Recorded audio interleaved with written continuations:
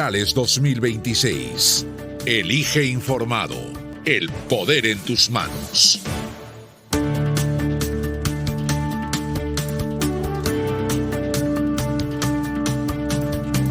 Son las 8:38 y siempre dentro del bloque electoral hemos invitado al ex congresista Richard Arce, que está postulando a la candidatura por el Partido Morado en una plancha presidencial que está integrada como vicepresidentes por Ronnie Jurado, ex congresista, y por Frida Ríos.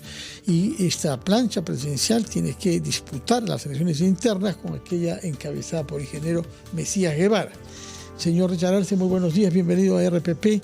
Díganos, por favor, ¿qué diferencia su plancha y su postulación de la de su correligionario Mesías Guevara? Muy buenos días, Mávila, Fernando. Más que una diferencia, en realidad es una propuesta de partido político. Yo creo que quisiera expresar es que nuestra intención no es una postulación personal. Yo escucho, el día de ayer ustedes invitaron inclusive a candidatos a la presidencia y todo el mundo se presenta como yo.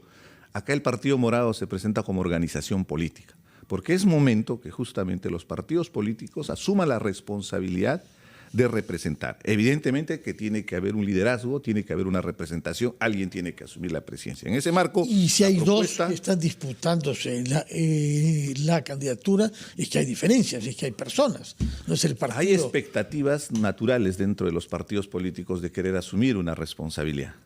Pero en ese diálogo y en esa búsqueda de consensos nos hemos sometido en el partido político, en el Partido Morado, a una evaluación. Ha sido muy interesante este proceso de las elecciones primarias porque hemos pasado examen como si fuera una selección para un puesto laboral. Hemos expuesto nuestro plan de gobierno, hemos mostrado todos nuestros antecedentes, hecho una evaluación, un escrutinio para evaluar cuáles son los antecedentes que tiene el candidato. Y después de una evaluación con un comité técnico de los expertos y con más experiencia política, se ha decidido y se ha hecho esta propuesta. Y evidentemente Mesías Guevara también ha lanzado su propuesta y es interesante porque nos permite llegar a unas elecciones primarias con una participación de candidatos, ¿no? Para que ¿Cómo resumiría el ideario, en todo caso, del Partido Morado hoy por hoy y la historia que ha tenido el Partido Morado, ¿no? Porque tuvo un momento en el que realmente se sentía una presencia del partido, pero prácticamente luego eso se fue diluyendo. ¿Cómo lo explicaría y cuál es el ideario que propone ahora? Los vaivenes de la política evidentemente va a tener ciertas preferencias en algún momento electoral y recordemos en la elección del 2016 tenía la primera opción de llegar al gobierno y fue una decisión bastante cuestionada del Jurado Nacional de Elecciones que lo retiraron, en este caso al candidato en ese momento, Julio Guzmán. Pero el 2020, ¿no? Tuvimos la oportunidad de ser gobierno a través de ¿Guzmán Francisco sigue siendo Sagasti. parte del Partido Morado? Ya no es parte del Partido Morado. Y Francisco Sagasti, podría decir, del mismo talante de Paniagua, son de los únicos dos gobiernos en estas dos últimas décadas de escándalos, de presidentes corruptos, de presidentes que han terminado en la cárcel, que de alguna manera han dignificado el cargo y función, con algunos errores, por supuesto. ¿Pero son méritos personales o méritos del partido? Pero justamente, es mérito del partido. O sea, la ventaja, y es lo que nos motiva, es que hay una organización política. Si llegamos al poder, Mávila, el 28 de julio de 2026, no es que Richard Arce llega solo al gobierno, de ninguna manera. Tenemos todo un equipo técnico, hemos trabajado casi 2 años un plan de gobierno que vamos a presentarlo al país, porque el Perú se merece tener una alternativa distinta a la forma tradicional de hacer política. El efecto de Sagasti no se contagió al Partido Morado en cualquier caso. Por eso yo le hacía la pregunta, si son méritos personales, cuando usted destaca las figuras de Paniagua y Sagasti y las atribuye, digamos, al Partido Morado, y yo creo que ahí no hay un análisis adecuado, creo que más primó la personalidad. En cualquier caso, fue un mérito o demérito lo que hayan ganado o perdido, pero de las figuras en ese momento y no del partido. Uno no habla del gobierno de transición del Partido Morado, uno habla del gobierno de transición de Francisco Sagasti. Y es una de nuestras autocríticas, y en esa construcción de la organización, porque estamos en un proceso evidentemente de presentar una alternativa al país, hacemos mea culpa de algunos errores que se pudieron haber cometido, pero no estamos involucrados en actos de corrupción, no nos hemos metido en ningún tipo de, discúlpame el término, de chanchullos clásicos de la política actual, no traficamos con el espacio de poder, en un escenario donde tenemos un congreso de mochasueldos, de traficantes, de extorsionadores. El mochasueldo es un extorsionador. O sea, nosotros queremos cambiar esa imagen y por eso es que estamos tratando de construir una propuesta partidaria. Por eso es interesante. Esta elección interna va a ser una fiesta democrática. ¿Cómo resumiría esa propuesta partidaria?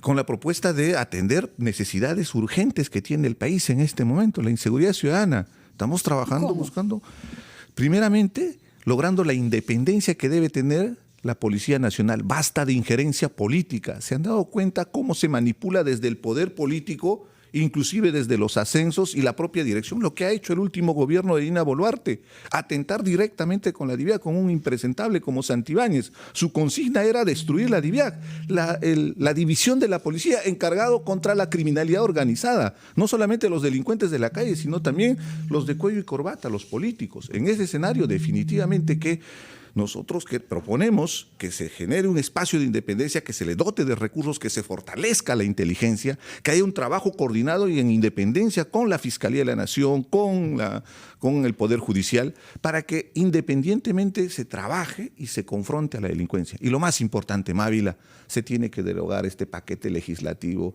de leyes pro crimen, que lo único que han hecho es empoderar al delincuente. El delincuente el día de hoy se siente con todo el poder porque siente que tiene el respaldo del poder político. Por eso es importante, tenemos que el día que asumamos el poder vamos a presentar un proyecto de ley para declarar una moratoria de todos estos proyectos una de ley pro crimen que justamente se ha hecho. Solo termino con esto. Sí. Y lo más importante, vamos a lanzar un referéndum para que nos apruebe la población esa intención de declarar una moratoria de todas esas leyes, porque evidentemente vamos a tener dos cámaras, que va a ser complicada, pero si logramos que la ciudadanía se manifieste, vamos a poder tener la presión social para que recuperemos nuestra institucionalidad. No basta de tanta violencia. Entonces, ¿no? Someter a un referéndum o proponer un referéndum para que la ciudadanía decida con relación a estas normas, a este paquete de normas consideradas pro crimen o denominadas pro crimen. Estoy seguro que la población nos va a apoyar contundentemente, porque evidentemente lo que hemos visto el día de hoy es que los partidos políticos que son considerados inclusive por la Fiscalía, algunos de ellos como organizaciones criminales en las tesis fiscales, son ellos los que han promovido esa ley para cubrirse, para protegerse a futuro respecto a los delitos que están cometiendo el día de hoy. Señor Arce, permítanos ir a una pausa, después de la cual por mi parte quisiera, habiéndole escuchado hablar ya sobre el tema de la criminalidad y la delincuencia, que nos hable sobre minería. Usted es apurimeño. Apurímac es, entre tanto, una región con una enorme inversión minera, particularmente en las Bambas. Yo quisiera que nos diga qué solución hay ante la presión para prolongar el plazo de vigencia de los reinfos, tal y como se va a discutir hoy en la Comisión de Minas, pero de hecho una buena parte de los congresistas quieren que esto se prolongue, otros juzgan que al hacerlo se está dando una facilidad a los mineros ilegales. Yo quisiera que nos explique cómo ve usted en el terreno apurimeño este problema y cuál es su propuesta para resolver el problema de la minería informal por una parte y de la ilegal por otra. Vamos a la pausa. Precandidatos Elecciones Generales 2026. Elige informado. El poder en tus manos. Precandidatos Elecciones Generales 2026. Elige informado. El poder en tus manos.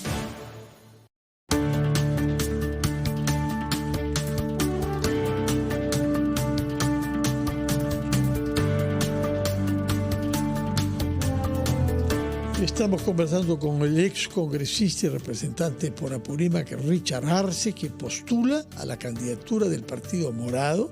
Esto es una disputa interna con una plancha presidida por Mesías Guevara, ex gobernador regional de Cajamarca.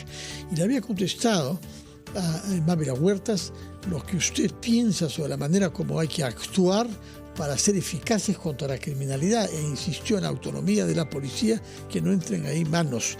El otro tema sobre el que queríamos que nos explique es ¿Cuál es la situación de la minería informal y ancestral en las regiones que usted conoce, más que todas, Apurímac y el Corredor Minero del Sur?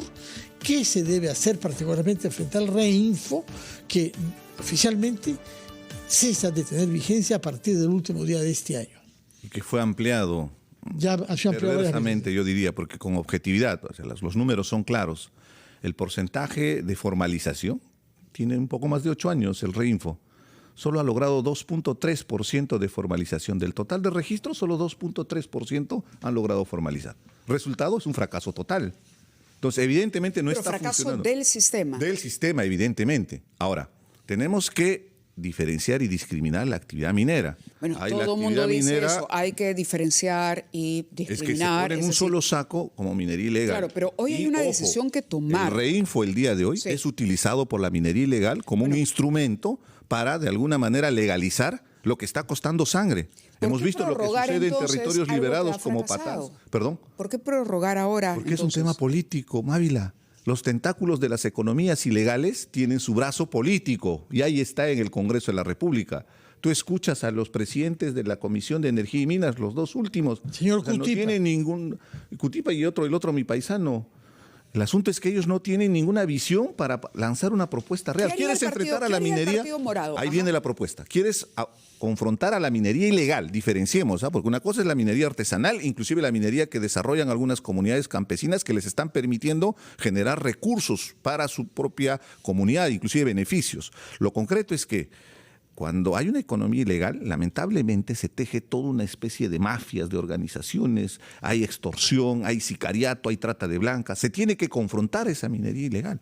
¿Y por dónde atacaríamos, Fernando? Tenemos que atacar a las plantas de procesamiento, por el amor de Dios, al gobierno de José Gerí. Si quiere realmente confrontar contra la minería ilegal, lo primero, una auditoría total a las plantas de procesamiento. ¿Con qué objetivo? Con el objetivo de determinar la trazabilidad para saber de dónde viene el oro, para saber si es oro que se ha hecho con trabajo legal o de repente es oro manchado con sangre. No tocan a las plantas de procesamiento. Ahí debería haber un trabajo escrupuloso para seguir justamente la trazabilidad. Y lo más importante, hay que identificar a los famosos inversionistas, que son los que trafican en la minería ilegal, son los que se enriquecen con esta actividad económica. Ya lo han dicho. La minería ilegal ha sustituido al narcotráfico en el primer lugar de actividades económicas ilegales. Estamos hablando de más o menos de 30.000 millones de soles que se mueven en la actividad de la minería ilegal. Entonces, ¿a qué estamos llegando? Entonces, objetivamente, diferenciemos, Fernando, y hemos hablado varias veces. Hay la minería filoniana que se hace en las montañas, hay la minería que se hace en Madre de Dios, que es totalmente distinta, pero también hay la minería que desarrollan, como te explicaba, las comunidades campesinas, algunas de ellas que han logrado cierto éxito porque están comercializando, pero lamentablemente tienen que entrar a la danza de esa informalidad. ¿Por qué el oro sale de Bolivia? El oro peruano sale de Bolivia. ¿Por qué tienen que entrar a la danza de la informalidad si tuvieran, por ejemplo, contrato con los concesionarios o si piden ellas una concesión en un espacio que no haya sido ya concesionado? Ese es otro problema y justamente por eso la propuesta del Partido Morado es una nueva ley de minería, porque la ley de minería data de la década de los 90, de la época de Fujimori. Tenemos que diferenciar la gran minería con la pequeña minería. Y cuando usted me hace el planteamiento respecto a que tienen que entrar a este asunto de la danza, es porque no hay mecanismos... Dijo usted, ¿eh? Yo, claro, por supuesto, pero es que es una danza, porque al final existen plantas de procesamiento ilegales. Con el Reinfo tú puedes encontrar a alguien que tiene Reinfo en Apurímac y lo encuentras en Lambayeque, en Trujillo, movilizando el mineral. Encuentras a los que están traficando con los insumos, con la dinamita. Este Congreso ha limitado el trabajo de la policía, que antes con interdicción se podía incautar esta dinamita, que al final inclusive es más negocio que la propia minería, porque ahora los insumos de la minería ilegal es un gran negocio. Entonces, en consecuencia, ¿qué se requiere?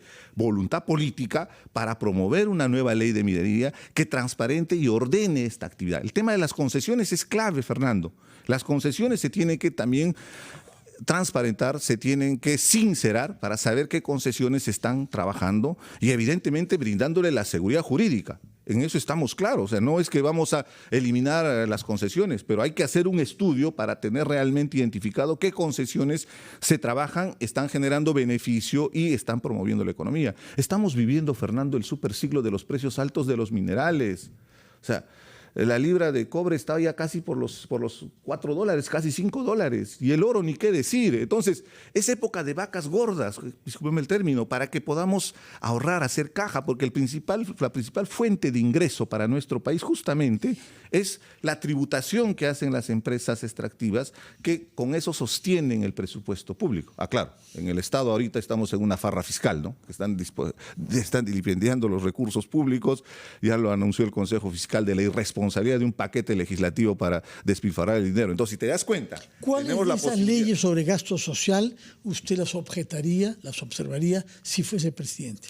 Para empezar, los gastos insulsos que se está haciendo en el Congreso de la República. Yo sé que es un porcentaje mínimo pequeño, sí, dentro del paquete, pero haber incrementado el presupuesto. Cuando era congresista, Fernando, el presupuesto del Congreso era 650 millones de soles. Y hice un estudio de reingeniería para que con 650 millones de soles alcance para las dos cámaras, porque recuerda bien, promovimos un tema del referéndum. Entonces queríamos presentarle al país que con 650 millones de soles alcanza para una Cámara de Diputados y una Cámara de Senadores. El día de hoy, solo con congresistas, es 1.400 millones de soles el presupuesto.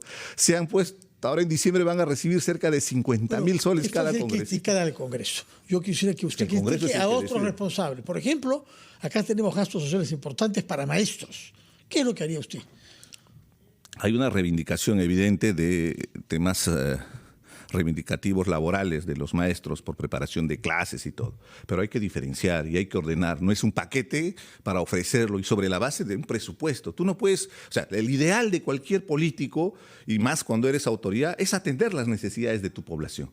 Pero como padre de familia, tú sabes que ganas un sueldo. Igual el Estado tiene un presupuesto de ingresos. Sobre la base de esos presupuestos, tú tienes que proyectar qué puedes atender y qué lamentablemente vas a tener que minimizar en la ejecución presupuestal. Porque ha dedicado incluso algunas columnas de las que escribe al informe presentado por el Consejo Fiscal, advirtiendo sobre el manejo de la caja de los recursos públicos. Yo quisiera preguntarle por este tema que ha vuelto a la primera plana, que tiene que ver con lo que están cobrando los partidos políticos para sus candidatos, para las candidaturas. ¿Cuál es el caso del Partido Morado y el tarifario que entiendo aparece en la página web del propio partido? Y de manera pública lo hemos hecho porque necesitamos algunos recursos básicos para eso hablamos, el tema informático, el tema del personal.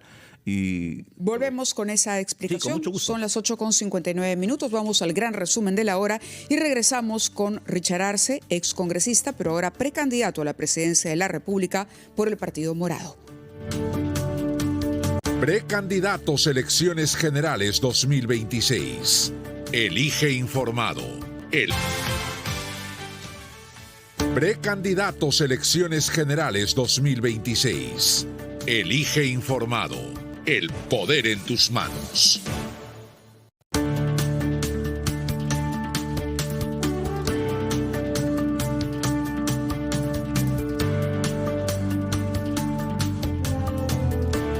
Son las 9:05. Continuamos nuestra conversación con el señor Richard Arce, quien ha sido congresista y ahora precandidato por el Partido Morado a la presidencia de la República.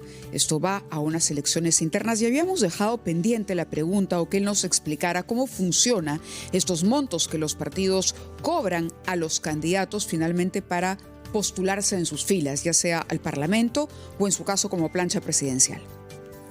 Se requiere algunos gastos, cubrirlos, como es el equipo del personal técnico que se encarga del registro de las candidaturas. En el caso del Partido Morado se ha recopilado todas las hojas de vida en el mismo formato del Jurado Nacional de Elecciones. Aparte, el Partido Morado, por integridad, ha hecho toda una evaluación y teníamos que entregar hasta documentos que sustenten justamente nuestra honestidad y la transparencia, que es la mejor oferta para el país en este momento. Para que por gastos administrativos, entonces, para entenderlo bien. Para pagar el equipo de cómputo, el técnico, ¿perdón? ¿Cómo se hace el cálculo? Le pregunto esto por la diferencia, ¿no? Porque uno ve, por ejemplo, que hay un tarifario en la página web del Partido Morado. Para hacerlo por transparencia, justamente. Correcto. Precandidaturas al Senado, costo de 450 soles, diputados 300, Parlamento Andino 200. Pero uno compara... Y la plancha presidencial era 1.500 soles. 1.500. Hemos sido 3, nos hemos dividido entre 3 y cada uno ha aportado 500 soles. Y depósito bancario, por si acaso, a nombre del partido, para que sea absolutamente pero transparente. ¿por qué, por ejemplo, se ha detectado también que hay otros partidos que pueden cobrar, como en el caso de Podemos, hasta 37.450 soles? ¿En base a qué? Por eso le preguntaba por los criterios, ¿no? Nabila, vamos a dejarnos de ingenuidades. Los partidos políticos se han convertido en un tipo de organizaciones, por no decir criminales, pero que se dedican a lucrar, a traficar. Por eso tenemos impresentables en el Congreso. La gente compra la curul, el número preferencial en la lista del Congreso para que lo ubiquen en el 1, en el 2, paga. Esos montos inclusive son irrisorios, porque lo que se escucha es que hablan 20,000, 30,000 dólares. Yo recuerdo el día del cierre del Congreso, un congresista fujimorista en el comedor, y varios son testigos, casi nos vamos a las manos el día del cierre del Congreso del 2019, porque se acercó y me mentó la madre y me dijo que él no había recuperado su inversión, y porque ellos salían en los medios hablando, diciendo que cierren el Congreso. O sea, para que te des cuenta la sinvergüencería de la política. Es que gente impresentable como el día de hoy que tenemos en el Congreso... ¿Que no había recuperado su inversión por pagar o por el costo de campaña? Supuestamente, ¿qué serían sus inversiones? Porque después nos vamos enterando todo lo que existe, ¿no? Y era del fujimorismo todavía. A lo que voy es a lo siguiente, Mavila. Lamentablemente, este Congreso y el anterior han tenido la intencionalidad de tumbarse las PASO.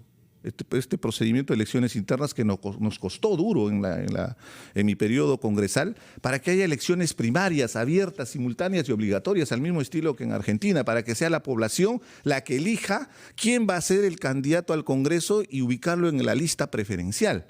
Eso no le convenía a los dueños de partido, porque los dueños de partido se enriquecen cada vez que hay una elección, ya sea presidencial, pero igual en las elecciones subnacionales, regionales, municipales, se trafica y se vende las candidaturas. Acá debería intervenir el Jurado Nacional de Elecciones, debería intervenir la OMPE, pero al final parece que ya se ha institucionalizado esa forma de lucrar con la política. Por eso es que tenemos impresentables, Mávila, tenemos impresentables en el Congreso de la República. A propósito de los impresentables, quisiera preguntarle sobre otro tipo de impresentables que son congresistas o candidatos a tales que han tenido vínculos con Movadef y a través de Movadef con eventuales residuos de Sendero Luminoso. Hay un informe en el diario Perú 21 que habla de hasta 21 candidatos que están vinculados al Movadef. ¿Cuál es su opinión sobre el Movadef por una parte y aquellos que quieren entrar al Congreso siendo miembros de este movimiento que entre tanto ha sido proscrito? Hay que condenar cualquier vestigio o rezago de la demencia terrorista que hemos vivido en la década de los 80 y los 90. No hay forma de justificar, de argumentar que con la violencia se puede conquistar el poder. Mi condena absoluta a Sendero Luminoso y al MRTA. Evidentemente tienen algunas reminiscencias, ¿no?, con algunas expresiones, algunas participaciones, y es delito. La apología al terrorismo es delito y que tiene que ser sancionado. Evidentemente el que no cree en democracia, porque recuerda bien cuál es la posición de esta gente que no creía en la democracia, quería tomar el poder. ¿Cómo va a pedir? ¿Cómo vamos a ser tan ingenuos de darle una oportunidad en nuestro sistema democrático a aquel que no cree en la democracia? Evidentemente, por eso no pueden participar en un proceso electoral y están proscritos. Habría que identificarlos, debería ser parte de la hoja de vida a la hora de la declaración. Recuerda bien que es una declaración jurada que informe cada uno de los candidatos sobre algún tipo de antecedente, algún tipo de investigación al respecto, para que la población conozca. El objetivo de la hoja de vida es escrutar al candidato y saber cuáles son sus antecedentes, qué ha hecho durante su trayectoria, y eso nos permitiría garantizar una mejor representación. Yo voy a seguir reiterando, lo que hemos llegado en este periodo parlamentario es a la degradación. Cada semana, en cada reportaje dominical, vemos cómo los congresistas siguen degradando la institución del Parlamento. Y a mí me critican, ¿no? ¿Por qué criticas a los congresistas? ¿Por qué criticas al Congreso? Yo no estoy criticando al Congreso, critico a los congresistas que degradan la majestad del Congreso de la República y que han llegado solo para lucrar. Y podemos ver que en realidad varios partidos políticos ya están utilizando el Congreso como mecanismo de subsistencia. Y lo digo por fuerza popular. Pienso que a Keiko Fujimori no le interesa ganar las elecciones. Ella lo que quiere es tener su bancada en el Congreso de la República para que siga gobernando, como lo ha hecho con la señora Boluarte y ahora lo hace con Gerí. Ahí está la imagen de Rospigliosi dando mensaje a la nación, cometiendo una infracción constitucional cuando pretende inclusive arrinconar a nuestras universidades, a la decana de América, San Marcos y Católica, teniendo a los policías de frente. ¿Qué imagen? Cuando la gente está necesitando a los policías, más bien en las calles. Hemos visto la imagen del bus, ¿no? Si gana las elecciones internas o finalmente el partido le da su respaldo, usted va a ser candidato a la presidencia de la República. En ese contexto, ¿cómo recuperar o fortalecer la presidencia? Definitivamente tenemos que reorganizar todo el aparato de personal que está en el entorno de la presidencia. Tiene que haber absoluta transparencia para saber quién entra a Palacio de Gobierno. Tenemos que tener personal idóneo, tenemos que olvidarnos esto del amiguismo, del clientelismo político que ha caracterizado, porque eso es lo primero que salta cuando hay las denuncias. Es muy importante darle ese mensaje y la rendición de cuentas, Mávila. Un candidato, cuando llega al poder, o sea, para llegar al poder ofrece el oro y el moro. Una vez que llega al poder, lo que hemos visto es que creen que le han entregado un cheque en blanco. Pero hablo justamente de la correlación, de la relación que va a existir entre Congreso y Ejecutivo. Ahí llego, pero solo para cerrar la idea. Es importante que nosotros mostremos rendición de cuentas ante la población como autoridad. Eso es clave. Uno no tiene que creer que porque ganó una elección ya tiene el poder absoluto y puede hacer lo que se le venga en gana. Cada día tenemos la obligación de rendir cuentas. Ahora, la relación y el equilibrio de poderes es básico en nuestro sistema democrático. Desde este Congreso quieren someter al Poder Ejecutivo y quieren trasladarnos de un sistema más o menos presidencialista que hemos tenido en la historia republicana de nuestro país a un sistema más parlamentarista. Se puede debatir y se puede discutir, por supuesto, pero no se puede imponer a la fuerza, limitando este equilibrio de poderes que lamentablemente este Congreso lo ha degradado y ha llegado al nivel de que si mañana alguien es elegido presidente y el Congreso lo decide, al día siguiente podrían vacarlo. ¿Siente que está cerca un momento constituyente en el Perú?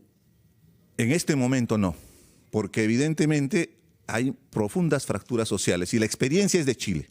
En Chile hicieron una propuesta de una constituyente muy interesante que reivindicaba muchos derechos de muchas poblaciones excluidas. Pero recuerda, en los 2 referendos fracasaron. Un esfuerzo de tantos años después de un conflicto social terrible que vivió Chile.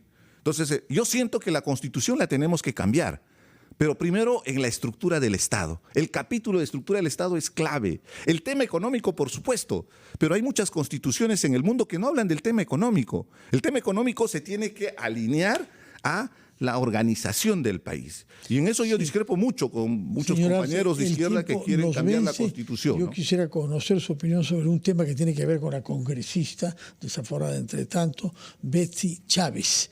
¿Cuál es su opinión sobre la voluntad que ha tenido ella de presentarse como una perseguida política y a obtener el asilo en México con las dificultades que eso ha creado después? 2 precisiones muy importantes. Uno, que estamos viendo una especie de modus operandi para evadir a la justicia, que es, en este caso, buscar un asilo político. Lo vimos en el caso de Nadine Heredia, ahora lo vemos en el caso de la señora Betsy Chávez. Pero también tenemos que ser muy escrupulosos en el respeto a los acuerdos internacionales. Y el Perú ha firmado un acuerdo de asilo, todavía en la década de los 50. En consecuencia, el que evalúa si le otorga o no el asilo es el país asilante. En este caso, Brasil, en el caso de Nadine, y en el caso de Betsy Chávez, México. Pero hay excepciones. Si ellos lo hacen, ¿no? Evidentemente. Pero si nosotros queremos cuidar nuestra imagen, Mávila, Fernando, el Perú es muy reconocido a nivel mundial. He vivido fuera, he vivido en Europa y sé del reconocimiento que tiene el Perú en temas diplomáticos. Tenemos que cuidar esa imagen y tenemos que ser escrupulosamente respetuosos de los tratados internacionales. Molesta, porque evidentemente hay gente que se involucra en delitos y en el caso de Betsy Chávez, ella participó directamente en el intento de golpe de Estado y tiene que responder a la justicia. Pero el país de México le ha otorgado el asilo, lo que le corresponde a José Gerí es entregarle el salvoconducto, con la posición evidentemente fuerte de rechazo a esa decisión que ha tomado el Estado de México, pero no para romper relaciones, porque eso perjudica. Somos 2 países hermanos que tenemos una historia, que tenemos relaciones y tenemos también connacionales que requieren del servicio diplomático, ¿no? Muy bien, muchas gracias. Richard Arce, miembro del Partido Si me Morado. permite, solo para cerrar, es importante en este momento de crisis, Fernando, que está viviendo el país, en este momento donde la gente no cree en los políticos, presentarle una alternativa. Y esa es la propuesta del Partido Morado, una propuesta de organización política. Acá no ha venido un candidato para presentarse en persona, está viniendo hacer la presentación de un partido político íntegro que quiere mostrar una alternativa al país para estas elecciones 2026. Muchas gracias. Muy bien, muchas gracias, Richard Arce. Repito, postulante a la candidatura presidencial por el Partido Morado, cosa que sabremos a fin de noviembre, principios de diciembre. Muy buenos días, señor Arce. Buenos días. Vamos a la pausa, Mávila. Así es, hacemos una pausa. Son las 9:16 y retomamos ampliación de noticias. Precandidatos Elecciones Generales 2026. Elige informado. El